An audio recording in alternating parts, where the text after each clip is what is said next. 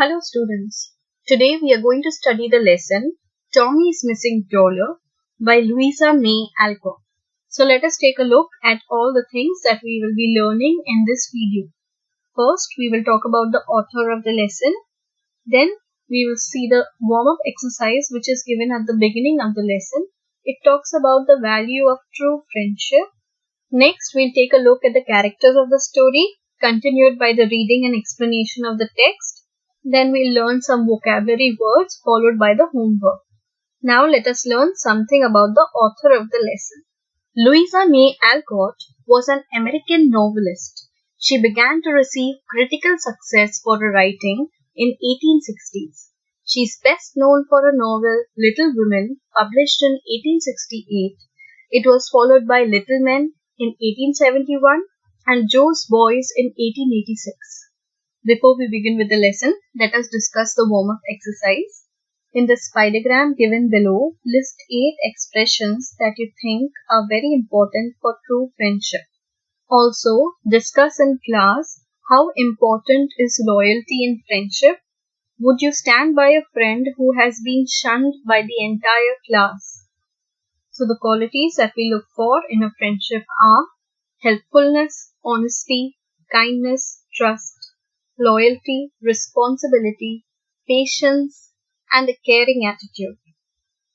Now let's discuss the answers of the questions. How important is loyalty in friendship? Loyalty is the ability to put others before ourselves and stick with them in good times and bad. Now the second question.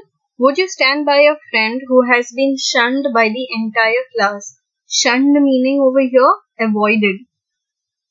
So, yes, I would stand by my friend even if the entire class tries to reject or avoid her, because that is only what is called true friendship. So now that you have got an idea what you should write in this warm-up exercise, you can pause the video and fill up the exercise. You can write the same answers what I have discussed, or if you have any other interesting points, then you can include that in your answer. So let's take a look at the characters of the lesson.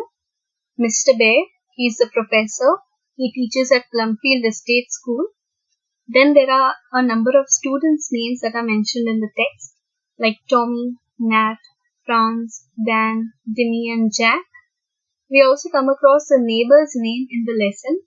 Her name is Mrs. Bates. So now let's begin with the reading of the lesson. We are on page 10, chapter 2, Tommy's Missing Dollar.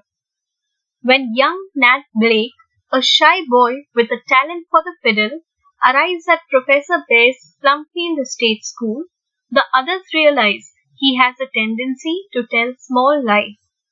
Read to find out what happens when another student, Tommy, loses $1 and how the other students and Mr. Bear handle the situation.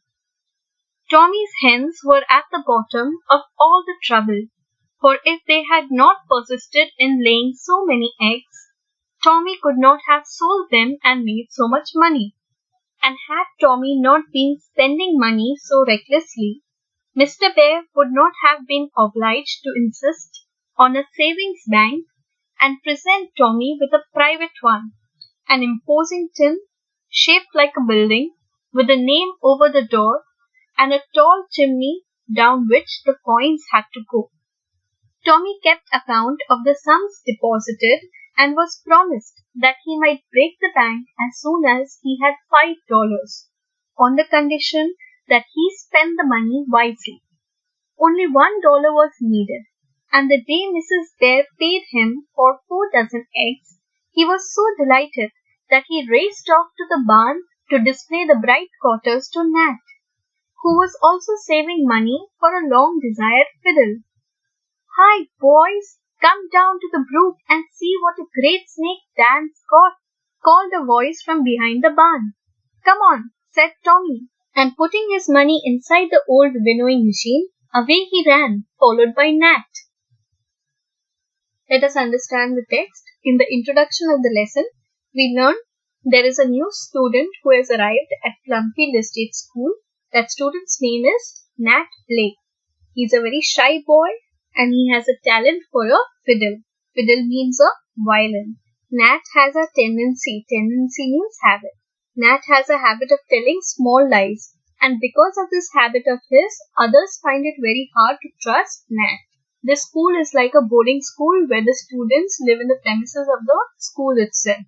In the next paragraph, we talk about another student, Tommy. Now, Tommy has a few hens, and when these hens lay eggs, Tommy sells these eggs and he gets money. When he gets money in his hand, Tommy has a habit of spending money recklessly. Recklessly means irresponsibly. So Mr. Bear wants to teach him to spend this money sparingly. In order to teach him this lesson, Mr. Bear presents Tommy a private bank. This private bank is like a piggy bank, but it is in the shape of a building, and it has a name over the door and a tall chimney. The coins go in through the chimney. Tommy kept collecting all his money in this private bank. Mr. Bear told Tommy that he can break the bank when he has collected $5, but that too on the condition that he spends that money wisely. Tommy had already collected $4 in the bank.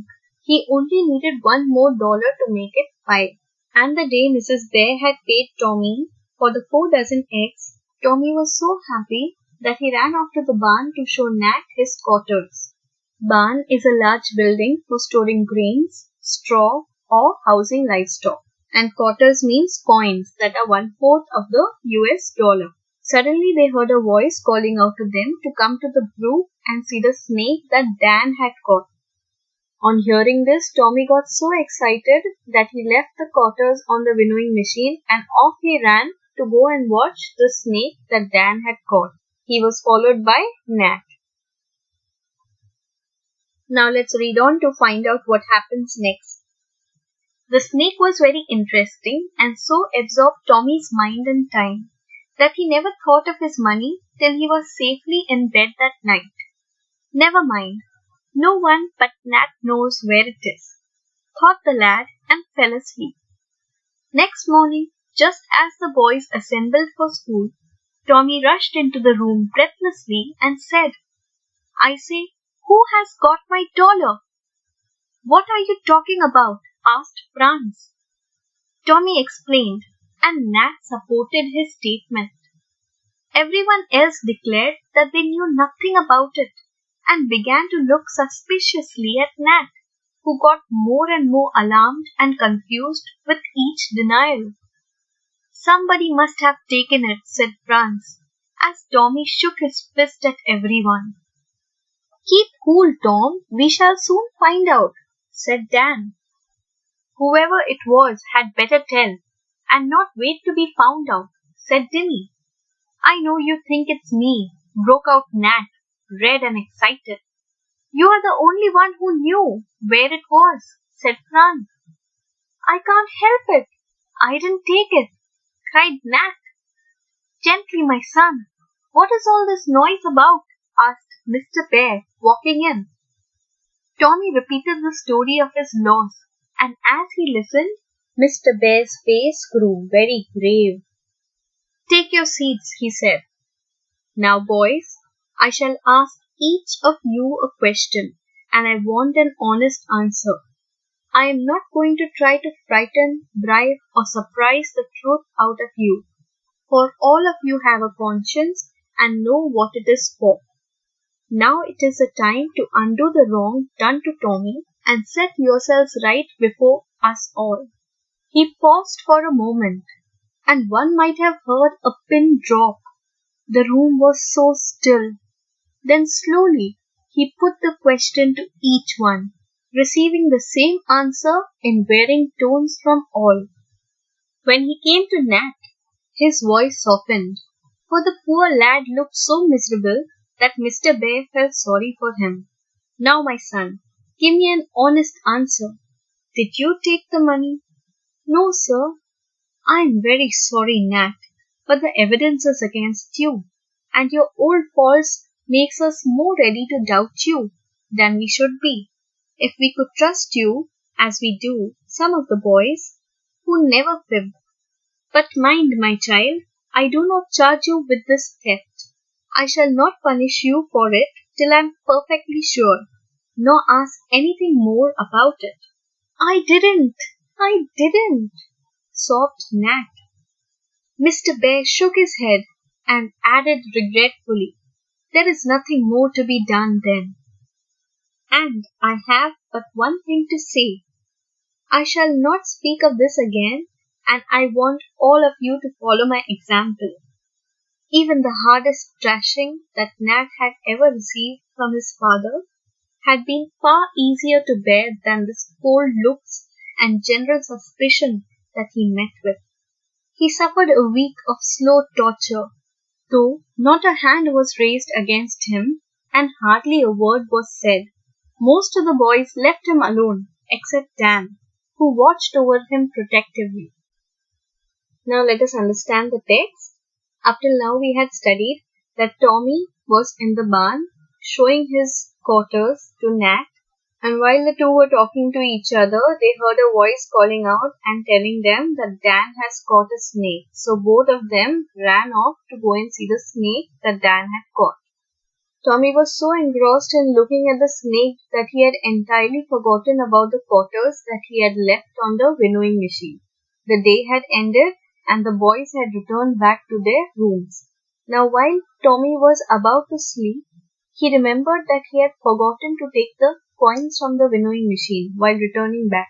Then suddenly it struck him that the only person who knew about the coins was Nat, so he did not mind leaving it there. Then the next day, when Tommy woke up, he went to see if he could find the coins kept on the winnowing machine, and he was shocked to see that it was missing. That's why, when the boys assembled for school, he came running there and he asked the boys that who was it who had taken his coins. The boys had no clue about what Tommy was asking them. Tommy told them the entire story of how he earned the dollar and went off to the barn to show it to Nat, and then how he left it there and the next morning he couldn't find it. On hearing the story, the boys looked at Nat suspiciously. They did this because they knew that Nat was the only one who knew about the coins kept on the winnowing machine. Tommy kept asking all the boys one by one if they had taken his dollar, but all of them told him that they had not taken his dollar.